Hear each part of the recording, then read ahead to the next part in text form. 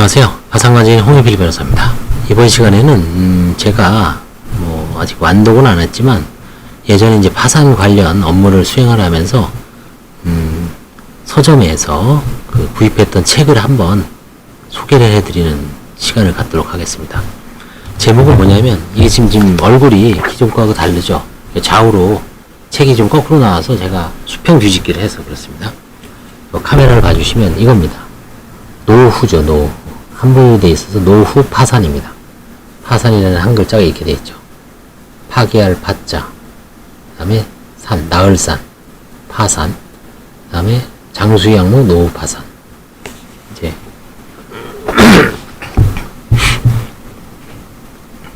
책에 대한 소개는 장수양목 노후 파산, NHK 스페셜 제작팀 김정환이라는 분이 이제 일본 책입니다. 기본적으로 일본에는 이제 이것과 관련해서 노후 파산이 나왔고요. 그 다음에 중년 파산, 그 다음에 청년과 관련된 얘기도 나왔고요. 우리나라에서 이제 청춘 파산이라고 소설도 있었죠. 김희경 작가님이 쓰신 거. 저도 이제 한번 읽어봤습니다만 상당히 잘 쓰신 것 같아요. 그래서 이건 이제 다산북스라는 출판사에서 나온 것 같고요. 그래서 장수양목 노후 파산, 우리나라도 지금 노후화가 되죠. 노령화가 되죠. 고령화가 돼서 일본은 우리나라보다 지금 한 10년 빠르고 있죠. 10년, 20년 빨라지고 있습니다. 그 인구 구조라든가 이런 게 미리 왔죠. 그래서 일본도 지금 1억 2천만 원이 되는 인구 대국이지만 이제 서서히 뭔가 사회가 정체되고 뭔가 발전이 더디고 한국한테 따라잡힌다는 일부 분야에서는 그런 어떤 위기의식이 있죠. 그래서 이 장수양목은 일본 어떤 노년층의 파산에 이르게 된 어떤 그런 스토리를 아마 NHK 스페셜 제작팀에서 우리나라로 말하자면 이제 인간시대 같은 거죠. 그렇죠? 안 봐서 모르겠습니다만 그렇죠. 그냥 어떤 실제 사례를 실제 출연자를 출연시키고 이제 나레이터가 각종 어떤 분석 자료라든가 그 다음에 취재 내용을 하는 그런 스타일로 아마 제작됐을 것 같아요. 그래서 한번 서문을 보면 서문을 한번 제가 읽어볼게요. 서문이 아주 인상적입니다. 서문을 보면 NHK가 밝힌 충격적인 노후 파산의 실상, 이런 식으로 해서 이 책이 2014년에 나왔습니다. 7년 전이지만 우리나라의 지금 모습하고 거의 비슷합니다. 2013년 8월 나는 연락을 받고 신죽구 서쪽 출구에 있는 술집에 갔다. 생선 굽는 연기가 자욱한 가게에서 나를 맞이한 사람은 이타카키 요시코 프로듀서와 호다이 누리오 카메라맨이었다. 두 사람 모두 2006년부터 2007년에 걸쳐 방송된 NHK 스페셜 워킹 푸어를 함께 제작한 둘도 없는 동료다. 고령자들이 안고 있는 문제를 취재하려 하는데 다시 한번 같이 방송을 만들지 않겠습니까? 물론 그 자리에서 승낙했다. 거절할 이유가 없었다. 이렇게 해서 우리는 홀로 생활하는 고령자의 치매 문제를 취재하고 그해 11월 24일에 NHK 스페셜 치매 환자 800명 시대 도움을 요청하지 못하는 사람들, 고립되는 치매 고령자를 방송했다. 그리고 그 후속편이 바로 노후 파산이다. 아마도 들어본 적이 없는 말일 텐데, 그쵸? 이제 용어를 만든 거죠. 고령자의 생활을 지탱하는 돈 문제에 대한 초점을 맞추기에 이타카키 프로듀서가 생각해낸 조어라고 합니다. 홀로 사는 고령자가 600만 명에 육박하는 가운데 연수입이 생활보호 수준에 미치지 못하는 사람은 대략 절반에 이른다. 그런데 이 가운데 생계보호를 받고 있는 사람은 70만 명이다. 생계보호라는 건 이제 우리나라도 있죠. 기초생활수급자, 기초생활수급자, 그 다음에 차상위계층, 그 다음에 이제 급여도 주거급여, 장애인급여, 한부모, 그 다음에 또 뭐가 있을까요? 생계급여, 이런 식으로 지금 세분화가 되어 있습니다.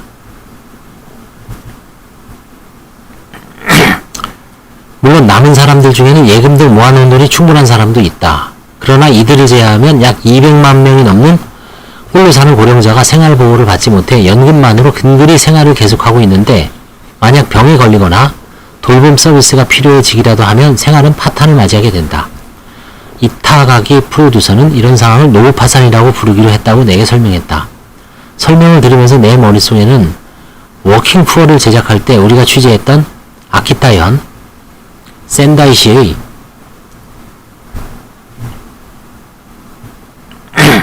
스즈키 유지가 떠올랐다.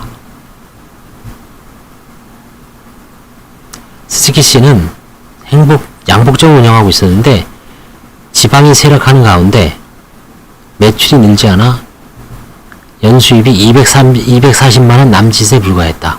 매달 60만원씩 연금이 들어오긴 하지만 알츠하이머병으로 입원한 아내의 한 달 입원비가 60만원이었기 때문에 전부 입원비로 써야 했다.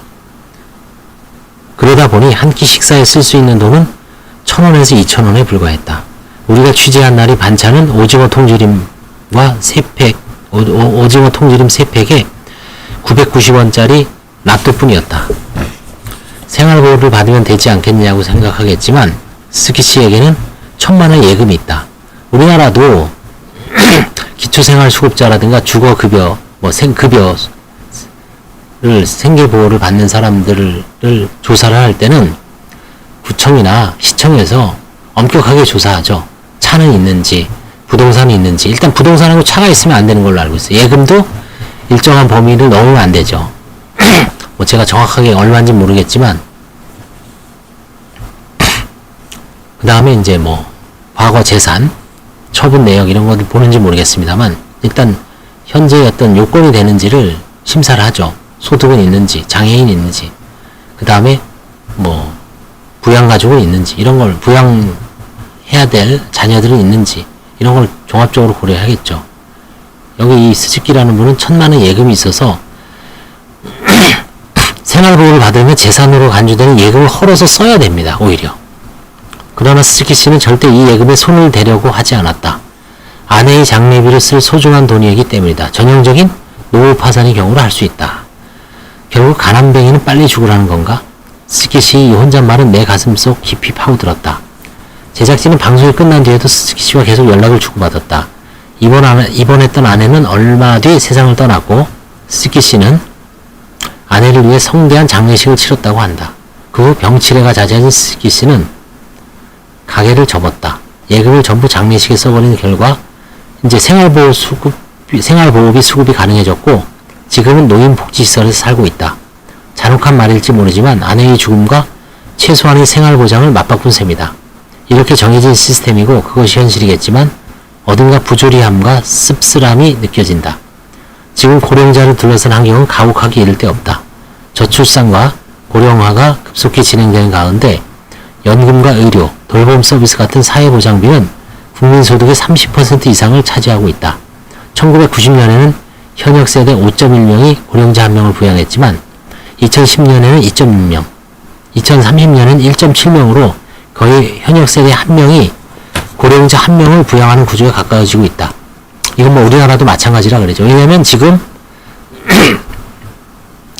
1969년에서 1972년 사이가 제2차 베이비붐 세대입니다. 1차 베이비붐은 한국전쟁 6.25 끝나고 1954년부터 한 56, 7년부터 1960년생까지가 1차 베이비붐이고요.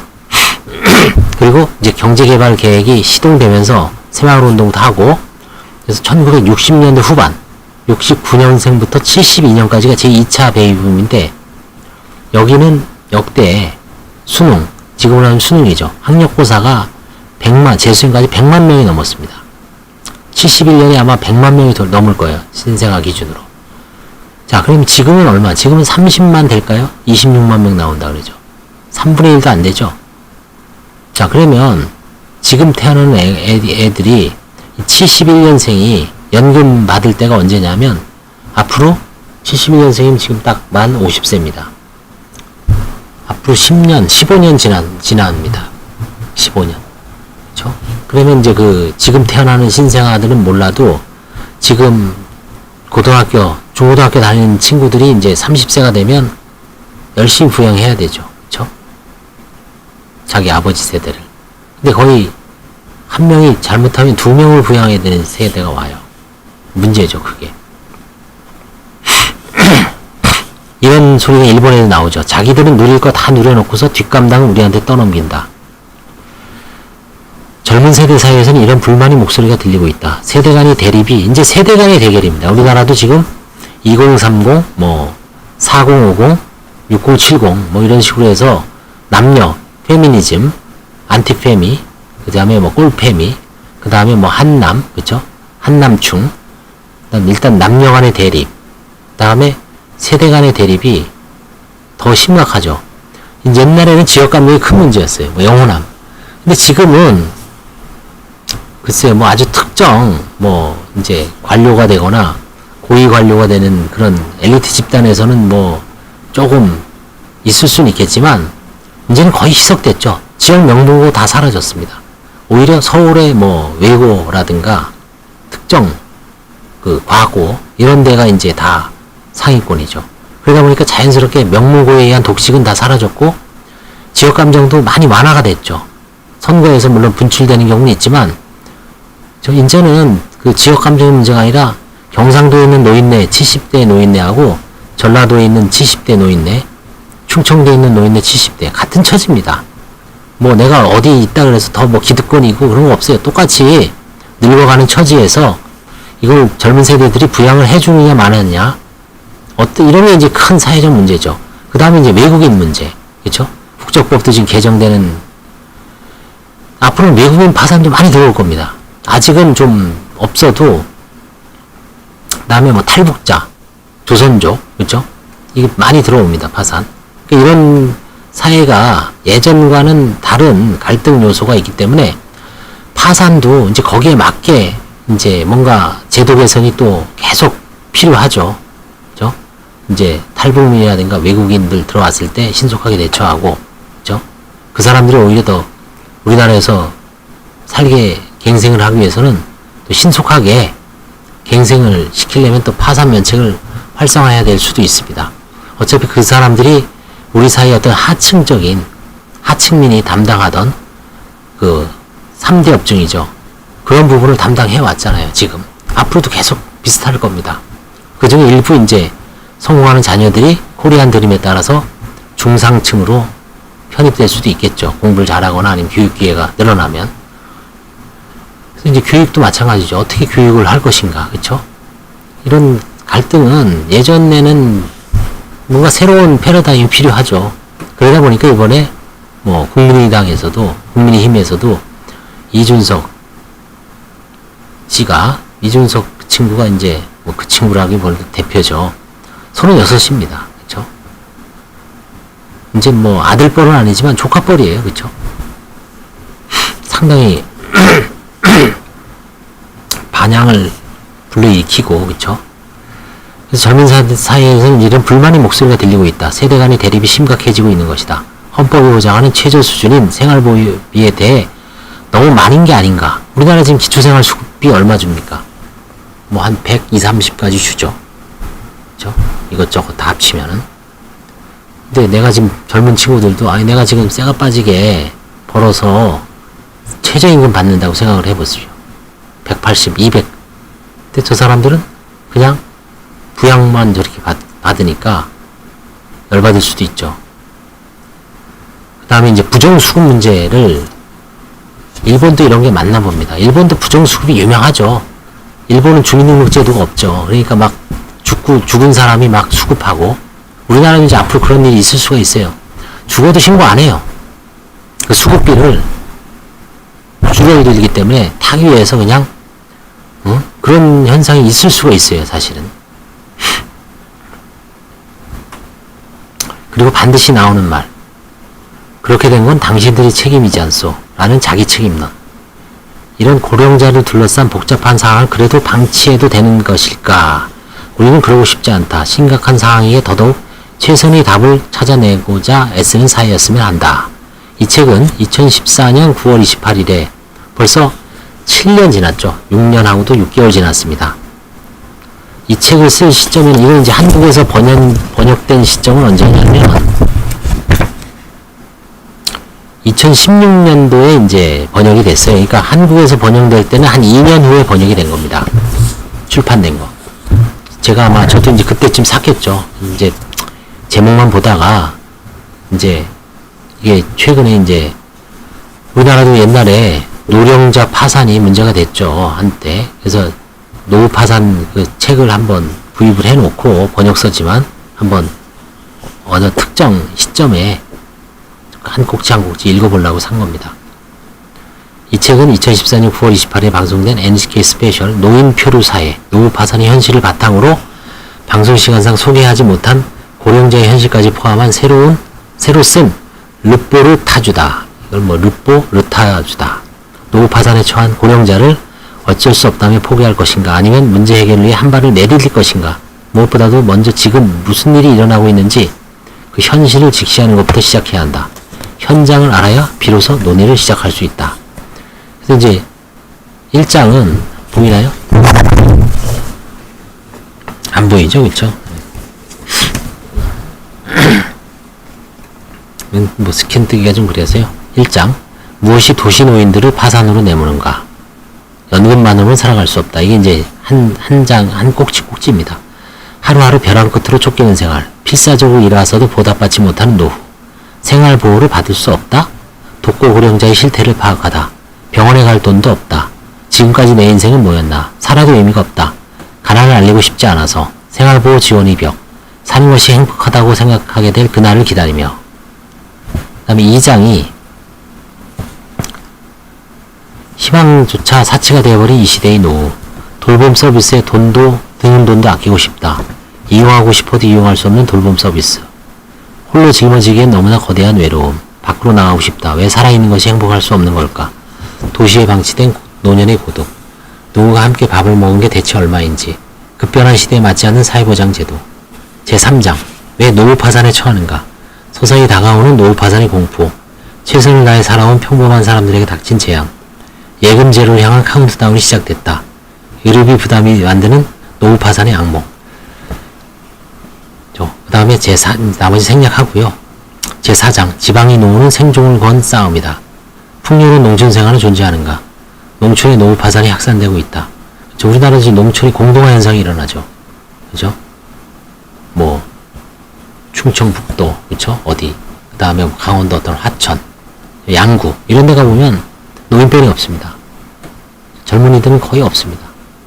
애 울음소리가 없다고 한지 뭐 몇 년 뭐 이런 거죠. 제5장, 당신도 노후 파산이 예외는 아니다. 이렇듯 노후와 파산을 결합해서 노후 파산에 대한 문제점을 이제 하기 때문에 이거에 관심이 있는 분들은 노후 파산은 자, 제가 우리나라 노후 파산이 현실화되는 걸 한번 실례를 보여드릴게요. 제가 아까 강의하려고 하다가 마른 거 있죠. 이거 한번 봅시다. 이걸 보니까 이게 노후 파산이에요. 왜냐면 6. 사회계층 개인 파산 실무 사례를 이제 제가 2021년 1월부터 5월까지 면책 확정된 걸 한번 분석을 해봤어요. 파산 원인과 관계인 조사 결과만. 근데 일본의 나이가 나오거든요. 68세. 총 한 20개 했거든요. 68세, 65세, 65세. 그죠? 59세. 우리나라는 60이죠. 49세. 그러니까 50대 하나, 40대 하나죠. 61세, 63세, 48세, 40대 2명, 50대 하나, 66세, 75세, 68세, 65세, 40세, 40세 3명, 40대, 67세, 66세, 65세. 자, 총 16건 중에 보시면 40대가 3명이고요. 50대가 1명, 70대가 1명, 5명 빼고 11명은 다 딱 60대예요. 60세에서 67세. 자, 이건 뭘 말하냐면, 그럼 여기서 이제 총 4명 빼고 12명은 60세 이상이 된 얘기죠. 아까 뭐 59세 포함하면 13명입니다. 그러니까 40대 3명 빼고는 전부 60대 이상이면 뭐 앞으로 노인의 정의도 바뀔 수가 있어요. 65세가 아니라 지금 65세인가 그렇죠. 이런 지하철. 근데 앞으로 이거는 뭐 70세. 그죠? 더 고령화되면 72세까지 뛸 수도 있어요. 그래서 이걸 보면 이게 지금 기초생활 수급자거든요. 이분들이 거의 이 교과서 일본에서 말하는 생계보호를 받는 분인데 이걸 놓고 보면 이걸 215단독에서 이제 한 건데 대부분 고령자가 많죠. 그렇죠? 고령자의 기초생활 수급자, 생활보호 대상자, 수급자는 고령자가 많을 수밖에 없죠. 그렇죠? 젊은 사람은 뭐 특별하게 이제 장애를 얻거나 그렇죠? 그런 경우 외에는 드물죠. 그 다음에 이제 뭐 한부모 자녀도 뭐 영원히 계속 지속되는 게 아니죠. 어느 순간 자립할 때까지만 도와주는 거죠. 일시성이 있죠. 근데 노인은 여기서부터 이제 죽을 때까지 뭐 계속 다 질병이죠. 여기 보면 뇌병변 장애증, 그렇죠? 기초생활 장애인연금. 그 다음에 여기도 건강이 악화돼요. 뭐 자연적으로 그렇죠? 65세 되니까 허리 통증, 이명 증상, 그죠? 여기 보면 또 뇌경색, 그죠? 이분은 좀 뭐 없나요? 이분만 여기에 이분도 여기 뭐 방광암 판정을 받았네요. 이분도 건강이 안 좋죠, 그렇죠? 기본적으로.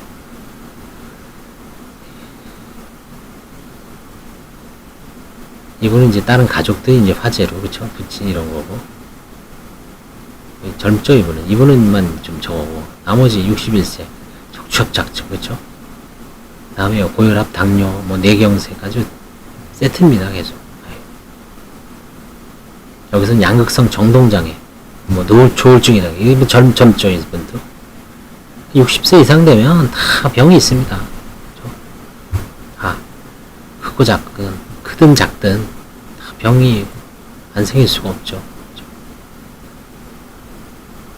이분 뭐 75세인데 좀 건강하신 것 같기도 하고, 이분은 특별하게 뭐 여기 고시원에 살면서 이분은 건강하신 것 같아요. 이분만 75세 오히려.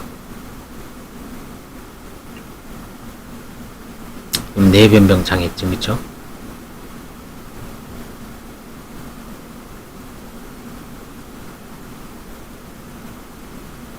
이분도 좀 건강한 것 같고, 그쵸? 이분은 이제 젊지만 이제 장애가 있고요, 그쵸? 66세 이분은 뭐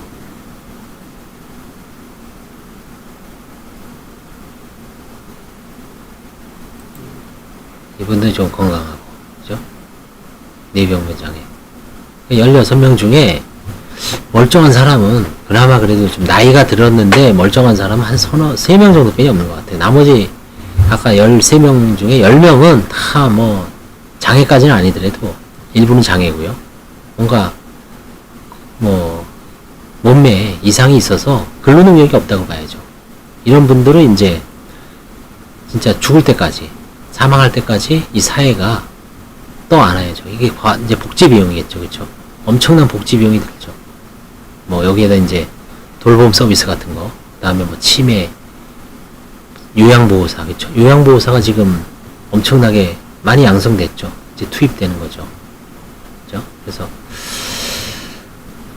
요양보호사도 이제 드라마 주인공으로 나왔죠, 드디어. 뭐냐면 사이코지만 괜찮고 김수현 알죠? 그 친구가 요양보호사로 나오더라고요. 주인공이죠.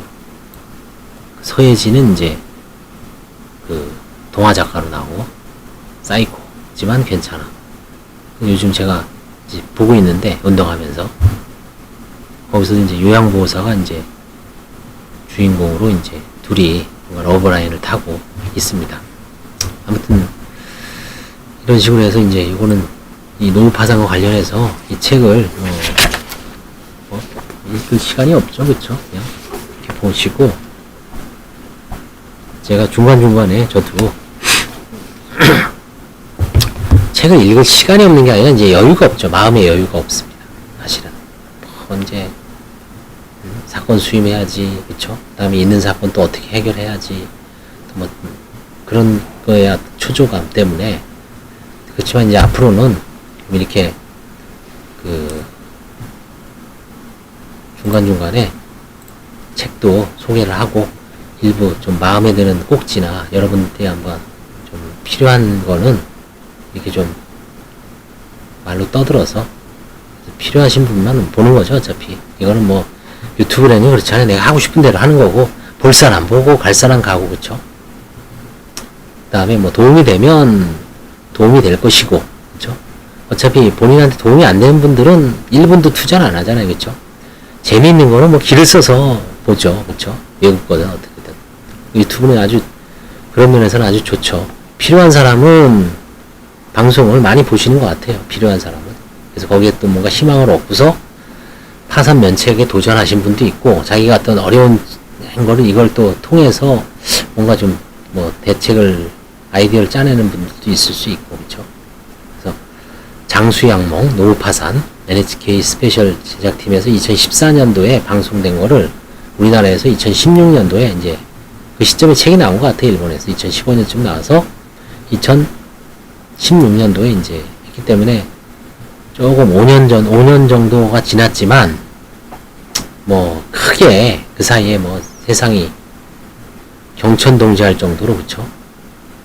뭐 많이 변했죠. 사실은 코인도 나오고 비트코인도 나오고, 그쵸?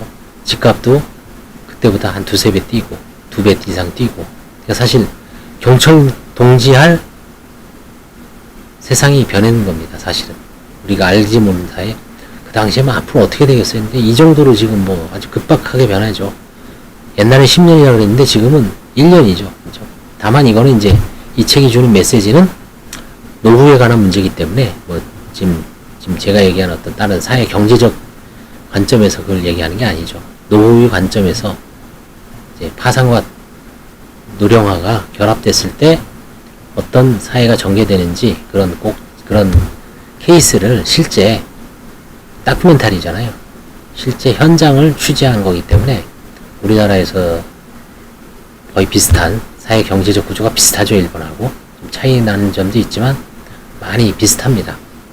그래서 어떤 그거를 연구하거나 아니면 거기에 대해서 어떤 아이디어를 좀 취하고자 하시는 분들은 이 책을 읽어보는 게 좋을 것 같습니다.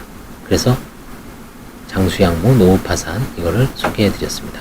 다음에는 다른 책으로 한번 찾아뵙든지 아니면 노후파산 읽은 것 중에 문제될 만한 거를 한번 소개해드리겠습니다. 감사합니다.